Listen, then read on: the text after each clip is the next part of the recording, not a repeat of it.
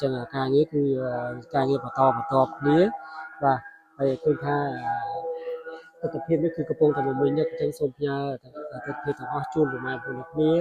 បាទសូមជួយតាមដាន Subscribe Channel YouTube របស់ខ្ញុំម្នាក់មួយដើម្បីទទួលបាននូវទស្សនវិជ្ជានិងព័ត៌មានថ្មីដែករូងគឺបាទសឹងថាគ្រប់កន្លែងគឺបានបញ្ជាក់ជូនប្រមាណបងប្អូននេះជុំវិញនៃទីតាំងសាលាឆាន់នេះផ្ទាល់បាទត្រៀម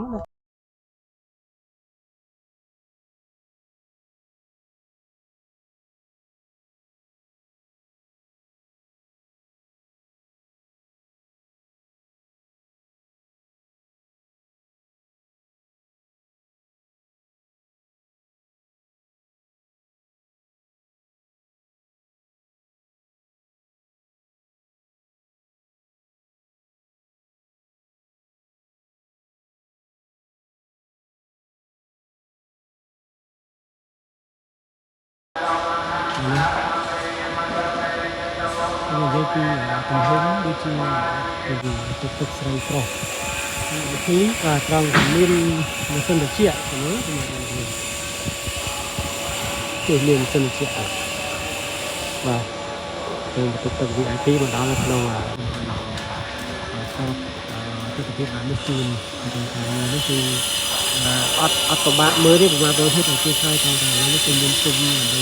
បច្ចេកទេសបាញ់កឹបបាទចាប់បាទជ្រីចាប់ភ្លីនឹងស្មើគ្នាតែម្ដងបាទនេះផ្នែកជញ្ជាំងខាងក្រោយនេះក៏មានការចាប់ភ្លីជាຂະຫນາດពណ៌សតែមិនទាន់បាទមានតែចូលតែប៉ុណ្ណោះចូលក្នុងអាចថាបត់បាទបត់ស្ដាំឬក៏បត់ឆ្វេងអត់មានចេញទេប្រហែលបងប្អូនគ្នាបាទជំរាបសួរបងប្អូនគ្នាបាទឥឡូវនេះខ្ញុំធ្វើបច្ចុប្បន្នភាពបន្តមហាកុដគឺបាទកំពុងតែព្រំដំបូលផ្នែកខាងលើនេះបងប្អូនគ្នាព្រំផ្នែកខាងលើជាងកំពុងនៅខាងលើបន្តការងាររបស់គាត់បន្តកំពុងព្រំហើយការប្រក់គឺក៏ប្រក់បានដំបូលពណ៌ក្បឿងពណ៌ទឹកប៊ិចបាទក្បឿងពណ៌ទឹកប៊ិចហើយនេះបងប្អូនគ្នាចឹងការប្រក់គឺទឹកប៊ិចមួយជុំបន្ទាប់មកគឺពណ៌ក្រហមនៅក្នុងកណ្ដាលដែលមិនទាន់ប្រក់នេះមានពណ៌ក្រហមនេះពណ៌នេះបងប្អូនគ្នាបាទនេះនឹងប្រក់បន្តអញ្ចឹងការងារគឺការងារបន្តគ្នាបាទហើយឃើញថាទស្សនវិជ្ជានេះគឺកំពុងតែបំពេញនេះអញ្ចឹងសូមផ្ញើទស្សនវិជ្ជាទាំងអស់ជូនប្រមាណពលគ្នាបាទសូមជួយតាមដាន Subscribe Channel YouTube របស់ខ្ញុំម្នាក់មួយដើម្បីទទួលបាននូវទស្សនវិជ្ជានិងព័ត៌មានថ្មីបន្តបាទអញ្ចឹងកុំឲ្យខាតពេលបាទតាមដានជាមួយខ្ញុំបន្ទាប់ពីការងារទីតាំងនេះទៅខ្ញុំនឹងធ្វើដំណើរចេញទៅខាងមុខបង្ហាញនៅមហារោងជូនប្រមាណពលគ្នាបាទអធិស្ឋានមហារោងគឺកំពុងតែធ្វើការងារហើយខ្ញុំនឹងធ្វើបច្ចុប្បន្នភាពនៃការងារតម្លើងរោងបុណ្យដ៏ធំបាទនៅក្នុងទឹកដីវត្តនេះផ្ទាល់បាទឥឡូវនេះទោះបីនេះគឺជាសម្ភារៈរោងហើយប្រមាណពលគ្នាបាទក្តារពីសរោងគឺដាក់សឹងតែជុំវិញវត្តតែម្ដងប្រមាណពលគ្នាគ្រប់កន្លែងតាមផ្លូវហើយខាងនេះបាទរោងមួយដែររោងនៅខាងក្រៅថាជារោងចុងភៅណាបាទនេះរោងចុងភៅបាទអូរោងចុងភៅនៅក្រៅបាទចឹងរោងមាននៅក្រៅមួយដែរនេះប្រហែលប៉ុនទេនៅខាងក្រៅតាមច្រកខ្លោងទ្វារទី6បងវាឈើតែខ្ញុំអត់ទេខ្ញុំធ្វើដំណើរទៅខាងមុខវិញបាទធ្វើដំណើរទៅខាងមុខវិញបង្ហាញខាងមុខឲ្យបត់ស្ដាំបាទបត់ស្ដាំប្រហែលប៉ុនទេចង់បង្ហាញអំពីបច្ចុប្បន្នភាពជូនអូនេះខាងនេះក៏ត្រៀមនឹងដំឡើងដែរប្រហែលប៉ុនទេបាទនេះបាទដែករោងគឺបាទសឹងថាគ្រប់កន្លែងគឺបានបញ្ជាក់ជូនបងប្អូននេះជុំវិញនៃទីតាំងសាលាឆាន់នេះផ្ទាល់បាទត្រៀមណាបងប្អូនគ្នា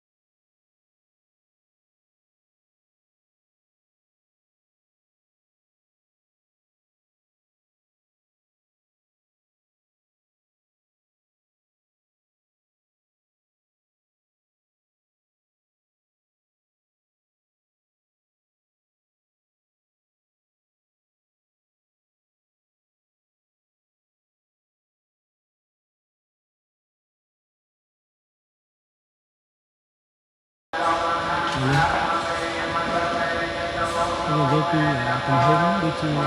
បញ្ជាងនៃផ្នែកនេះគឺវាអត់ទៅដល់ហើយប្រហែលពីនេះឥឡូវក៏បានចាក់ឲ្យផ្នែកសរសើរពីជុំវិញខាងក្រៅនេះទៅចាក់ដូចជាចាក់ទៅរំដងទៅរំដងមកជុំតែផ្នែកសរសើរខាងក្រៅខ្ញុំនឹងទៅខាងដល់ខាងមុខវិញមកទៅនេះព្រោះខាងមុខនេះវាក៏មានមហារូបមួយដែលកំពុងតែរៀបចំតុបតែងចឹងសូមបញ្ចប់ពីខាងនេះហើយបន្តទៅដល់ខាងមុខម្ដងនេះមកដល់ហើយចិត្តដល់ហើយបងប្អូនអញ្ចឹងបន្ទប់ខ្មៅនេះគឺជាបន្ទប់ទឹកទំនើបបន្ទប់ទឹកហេតុអ្វីបានថាបន្ទប់ទឹកទំនើបព្រោះទីជំនុំបងប្អូនឃើញថាបន្ទប់ទឹក VIP បាទ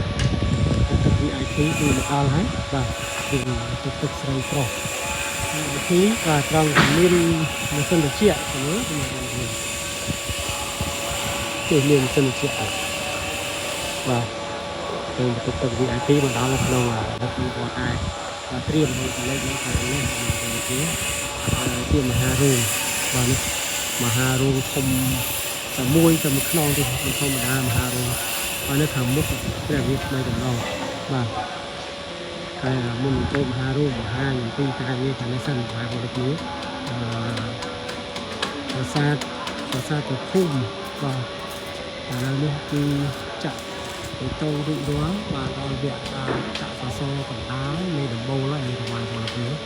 បាទអញ្ចឹងខាងនេះសសរនេះគឺចាក់ក្បាច់ទៅសសរពីការចាក់សសររួចគឺមានការរៀបចំចាក់ក្បាច់ជាប់ជាមួយសសរបាទពីការងារនឹងខាងលើបាទទាំងអស់អាចបានទៅក្នុងបង្ហាញពីបាននេះបានចំណុចពីខាងក្រោមហើយទិដ្ឋភាពនេះជូនទៅខាងនេះគឺអត់ពិបាកមើលទេប្រហែលបងប្អូនទាំងជួយឆ្លើយតាមថានេះគឺមានពុំដើម្បីត្រូលចាក់ទៅបន្ទាប់ពីការចាក់រួចរាល់ក៏ដាក់ពុំចេញដកស្ដារដកដៃទៅគឺមើលឃើញច្បាស់ហើយតែជួយឆ្លើយផងនេះគឺទិដ្ឋភាពថ្មីនៃអង្គភាពភូមិបាទលើកបន្ត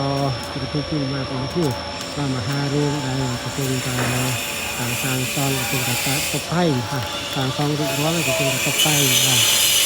តែស្របជាមួយនឹងការងារខាងបងជាអ្នករៀបចំផ្លូវថ្នល់ជើងកំពុងតែរៀបហើយនៅក្នុងកម្មវិធីបាទទៅជាប់ជាមួយនឹងផ្លូវនៅក្នុងគោយន្តនេះបាទនេះបាទមានញឹកទៅមកកម្មវិធីសម្រាប់គាត់នេះគឺសម្រាប់ឲ្យហើយទៅមែនតើហើយទៅដល់ថ្ងៃដែលថ្ងៃទី10គឺជាថ្ងៃបុណ្យឆ្លងនឹងចំណុចឲ្យហើយសម្រាប់ហើយនៅជាប់ជាមួយនឹងមហារូបទាំងនោះនៅក្នុងបាទលោកម៉ែបងប្អូនគ្នាការងាររៀបចំបាទតុបតែងដោយការមានការរៀបចំស្បៃពណ៌បាទពណ៌ក្រហមពណ៌ខៀវនេះលោកម៉ែបងប្អូនគ្នាដែលកំពុងតែមាននៅខាងក្នុងហើយឃើញថាការងារនេះគឺសិតតែជាជំនាញបាទជាជំនាញមិនធម្មតាទេយើងមើលឲ្យហើយលោកម៉ែបងប្អូនគ្នារៀបចំស្បៃសព្រមទាំងមានការរៀបចំពីដានហើយនឹងអំពូលខាងលើនេះគឺមិនទាន់តម្លើងទេតែរៀបចំតម្លើងបន្តគ្នាសម្រាប់ការងាររបស់ពួកគាត់ថ្ងៃនេះបាទអញ្ចឹងខ្ញុំសូមសរសើរដោយស្មោះតែម្ដងសម្រាប់ការងារហើយទស្សនវិជ្ជានេះគឺជាទស្សនវិជ្ជាថ្មីនៃការតម្លើងការតុបតែងរូងបន្ទាប់ពីតម្លើងរួចពុកម៉ែបងប្អូនគ្នាឥឡូវមើលជាក់ស្ដែងអញ្ចឹងកំពុងតែសម្រុកយ៉ាងយកចិត្តទុកដាក់ឲ្យគ្នាច្រើនណាស់ខាងក្នុងមិនមែនមានម្នាក់ទេទាំងខាងក្នុងបាទមានការរៀបចំឲ្យដោយបច្ចេកទេសបាញ់កឹបបាទចាប់បាទជ្រីចាប់ភ្លីនឹងស្មើគ្នាតែម្ដងបាទនេះផ្នែកជញ្ជាំងខាងក្រោយនេះក៏មានការចាប់ភ្លីជាគណៈពណ៌សតែមិនទាន់ដាក់ពណ៌តែយើងរងចាំមើលបន្តទៀតប្រហែលពលគ្នាបាទអញ្ចឹងផ្ញើជូនប្រហែលពលគ្នាជាពិសេសសម្រាប់ថ្ងៃនេះក្នុងការរៀបចំការតម្លើងការរៀបចំតុបតែងនៅខាងក្នុងរូងបាទប្រហែលពលគ្នាបាទនេះបងកំពុងតែទម្លាក់ឥដ្ឋចុះបាទទម្លាក់ចិត្តឥដ្ឋចុះដើម្បីត្រៀមវាយនៅខាងមុខនេះហើយប្រហែលពលគ្នាអញ្ចឹងការងារគឺកំពុងតែមមាញឹកបាទនេះបានបង្ហាញជូនប្រហែលពលគ្នាអញ្ចឹងវាសល់តែចន្លោះជាប់ជាមួយនឹងខ្លងទ្វារទី2នេះអញ្ចឹងទស្សនវិជ្ជានៅខាងមុខនៃរូងផ្ទាល់មហារូងបាទបងឥឡូវខ្ញុំធ្វើដំណើរចេញតាមច្រកនៃខ្លងទ្វារទី2បាទចេញមកផ្ដិតទស្សនវិជ្ជាខាងក្រៅបង្ហាញជូនប្រហែលពលគ្នា ចឹងខ្លងទ្វារទី2ជាខ្លងទ្វារពិសេសហើយក៏ជាខ្លងទ្វារអត់មានចេញទេប្រហែលបងប្អូនមើលព្រួញហើយណាបាទមានតែចូលតែប៉ុណ្ណោះចូលក្នុងអាចថាបត់បាទបត់ស្ដាំឬក៏បត់ឆ្វេងអត់មានចេញទេប្រហែលបងប្អូននៅក្នុងទ្វារនេះមួយបងប្អូនប្រហែលមួយនេះដែលទាំងអស់គ្នាប្រហែលជាអត់ដឹងទេតែលោកខ្ញុំក៏បញ្ជាក់ប្រាប់ថានេះសម្បីតែសញ្ញា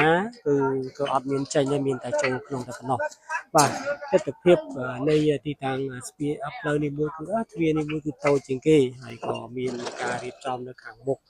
បាទទីខាងមុខនេះគឺវាលស្អាតរៀបចំជាសួនបាទរៀបចំជាសួនសងខាងប្រហែលបងប្អូនហើយចុងថ្ងៃនេះឃើញមានពុទ្ធបរិស័ទចូលមកច្រើនប្រហែលបងប្អូននេះរថយន្តឥឡូវកំពុងតែបន្តដំណើរចូលមកបន្ថែមទៀតហើយបាទមកគិតទៅគៀកថ្ងៃបុណ្យមែនតើបាទពុទ្ធបរិស័ទតែងតែអញ្ជើញមកជាប្រចាំតែម្ដងប្រហែលបងប្អូនបាទអញ្ចឹងបង្ហាញតែម្ដងទៀតនេះមើលពីចម្ងាយឃើញបាទបងកំពុងតែចម្លើយកសកដាលនៃប្រាសាទព្រះភូមិបាទនេះ2នាក់នៅខាងលើប្រហែលបងប្អូនយើងកំពុងតែផ្សារបាទជាពិសេសត្រង់នេះប្រហែលបងប្អូនគឺខ្លងទ្វារទី2គឺស្អាតបាទសឹងតែរួចរាល់អស់ហើយសម្រាប់កំពូលដល់តែការសម្អាតនិងការលាបថ្នាំក្បាច់តែប៉ុណ្ណោះបាទចឹងអរគុណបងប្អូនគ្នាសម្រាប់ទស្សនវិជ្ជាថ្ងៃនេះហើយខ្ញុំសូមខន្តីអភ័យទោសរាល់កំហុសខុសឆ្គងដែលកើតឡើងដោយចេតនាចុងក្រោយមានជូនពរបងប្អូនគ្នាគឺតែសេចក្តីសុខប្រកបរបរទទួលទានមានបានបាទខ្ញុំបាទអរគុណច្រើនសូមជម្រាបលា